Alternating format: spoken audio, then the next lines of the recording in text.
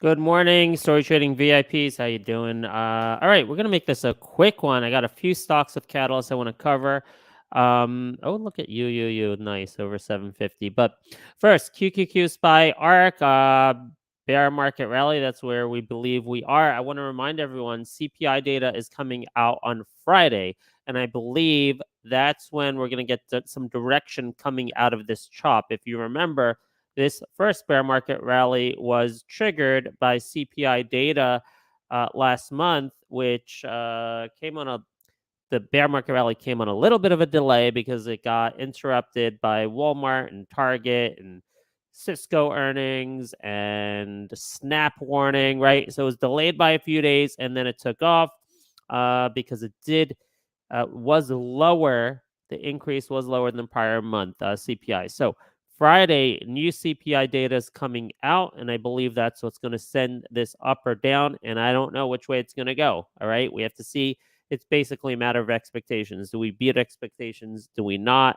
Or if it continues to go down, I don't know what expectations are, but if it continues to have a month-over-month decline like we saw last month, then that would also be very good for possibly continuation of the rally. But anyway, I think long term, we are still intermediate term, we're still headed a leg lower, especially with the generals. I talked about that a lot. So, all right, let's get into some specific stocks and specific catalysts. First, I'm going to jump into BCRX because Zach was pointing this out yesterday. They had some catalysts yesterday, and I had noted that there's resistance at the 50 DMA, and lo and behold, it was perfect. If you took that and you sold right in the 50 DMA, that was the right thing to do. I'm not in BCRX now, but I will just note there's additional news coming in like nonstop over here. The latest one here is FDA grants fast track designation for BioCryst ALK2 inhibitor. Okay, so if you want to collaborate on the impact of that news, you can do that in the BCRX research room. And if it breaks the 50 DMA, which again, I don't know if it will because I'm not sure the importance of that news, but if it does, then maybe this gap right here. Oh, which happens to coincide with the 200 DMA. Love it. So like 1375 over a swing period possible, but because of macro conditions, I'm not inclined to believe that. That's news impacting the fundamentals are really good. So if you want to learn about that, hop into the BCRX research room, and Zach is your man over there to discuss BCRX. All right, I'll come to CYRN in just a second, but RIBT, they're speaking at LD Micro later today. Now, yesterday was a closing high. Let me switch to a line chart. Check this out. Sometimes line charts have their utility. And was it 2 days ago? So maybe it wasn't a closing high, but it was a high. It was the highest low. Okay, the highest low came in for RIBT. I'm sorry, what is going on here? Which is impacting, which is good for the technicals. All right, 1 second. So we closed at, yeah, it was a high. I don't know why it's not showing on my chart. Oh, because it's including today. Okay, so that's a fake data point. Today doesn't matter. So if you go to a line chart here, you can see this was yesterday's close right here. So that was a closing high. It was also the highest low of day yesterday. So this is setting up technically. And then let me go back to the traditional candles here. This is setting up technically, as we've talked about for a while, I think to make a move towards one if it breaks 80 cents. And I don't know that it will, but if it's going to do it, today and tomorrow is a great time because of the presentation at LD Micro tonight, okay? So that's RIBT. I do have a position, not a huge position. If it breaks 80, I'll be looking to get out. Hopefully, it'll move quickly to near 1, which is going to be my exit on RIBT. Okay.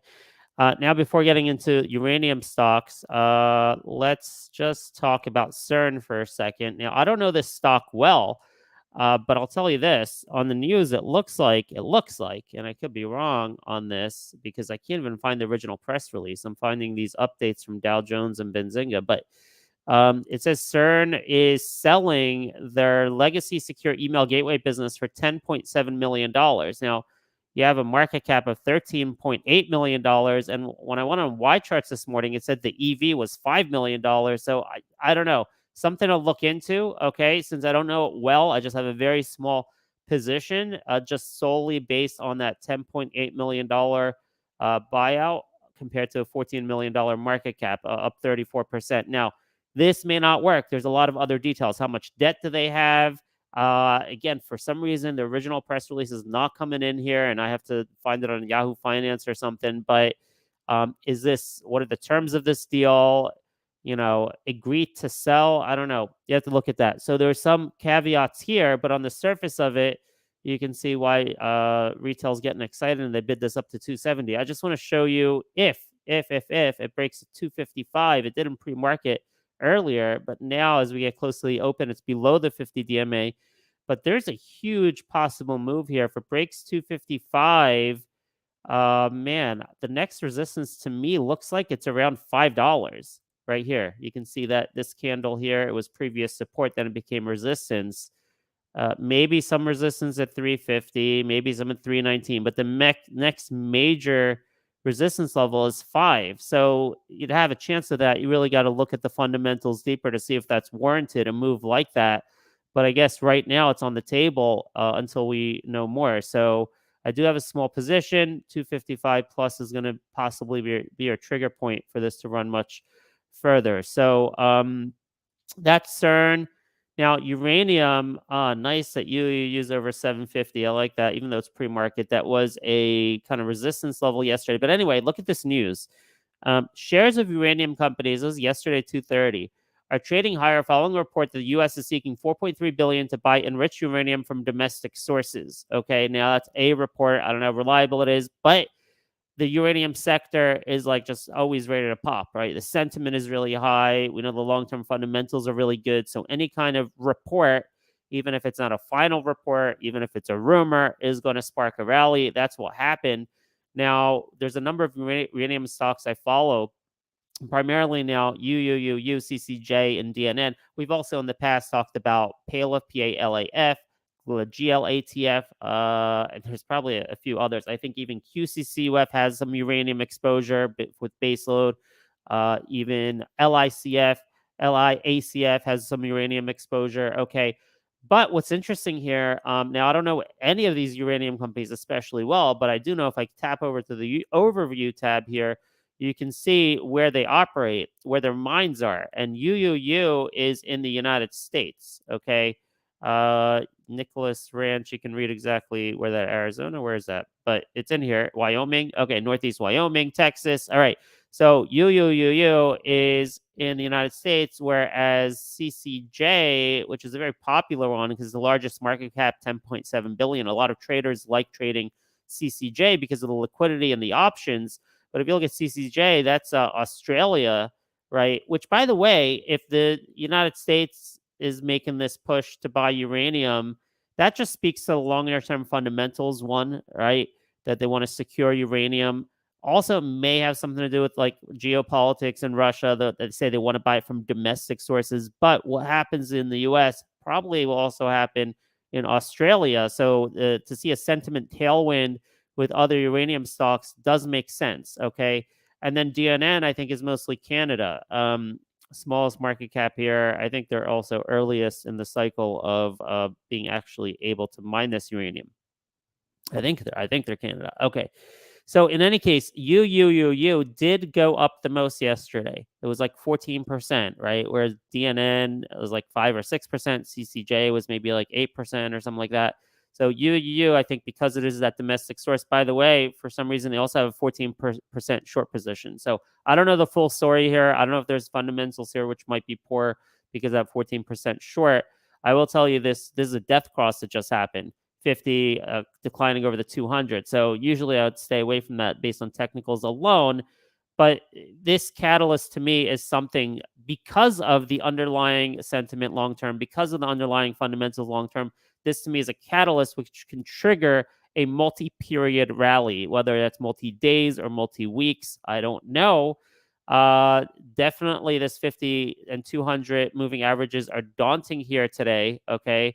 So if we do reach those, perhaps I'll sell some. I did pick up UUU yesterday. Okay. I day traded some CCJ calls yesterday afternoon, which worked out as well. And I have both DNN and CCJ common in my long-term IRA, which I'm not even touching. Okay. But you can see here again, UUUU is taking the lead, perhaps because of their domestic sourcing of their uranium. So this is some exciting news, and the sector is doing really well on that.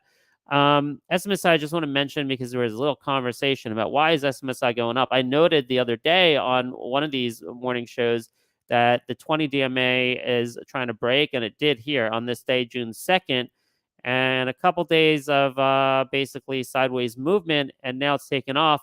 So I don't know. There may be a catalyst. There may be something going on behind the scenes that maybe triggered yesterday's move. But to me, these moving averages, 20, 50, 200s, they're so reliable, especially if the macro is with you. If the QQQ, the IWM is with you, when you see the 20 DMA cross, I mean, I've seen it so many times. I almost want to say it's like almost a guarantee. I don't know statistically what it is, but it's an extremely high percentage that you go from the 20 DMA to the next one, which is the 50 DMA, right? So I think the target on SMSI is around 308 if the market cooperates, right? Cooperates doesn't mean it has to go up 1,000,000%. It just doesn't have to crash, right? Over to the 50 DMA, in my opinion. And you see a lot of charts that look exactly like that, by the way. Tons of charts broke the 20 and heading over to the 50. Okay, so that's a very common setup we're seeing now, which the major indices are kind of prompting, I think.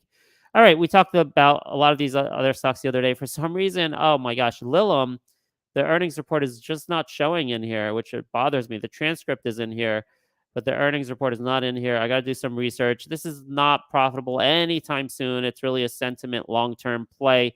But I did see in the transcript, I skimmed it, and there was a lot of conversation on the new CEO they brought from Airbus. So I do believe that's the major catalyst that's been causing this move from the 260s, 270s over to 3 is their new CEO. And I think there could eventually be a lot more attention coming to this name, but who knows if they can last long enough with the macro situation to avoid bad dilutive raises. Okay, they're a long way away from profitability. All right, that's it. There's a couple other items if you're interested. Roku, there's a rumor that Netflix may be in talks to buy them out. I don't play this kind of stuff. I know a lot of traders do. So you're more than welcome to play that. And I don't see anything else pressing. DRIO had a great day yesterday. Like RIBT, it had a closing high and a new also highest low of day. Right. If you switch to the line chart, that'll be more visible. Actually, I'd like to switch to the line chart sometimes. Let's do that one more time here. There we go. Looks much nicer this way. 723, 719, just by 4 cents. Okay. So in any case, guys, thanks for joining us. I'm going to be off doing won't be available for the next several hours, but you can go ahead and collaborate in our VIP rooms. We got several of them: VIP research, VIP trading, the BCRX room, which I talked about. And if you'd like to become a VIP and get these in real time, you could do that.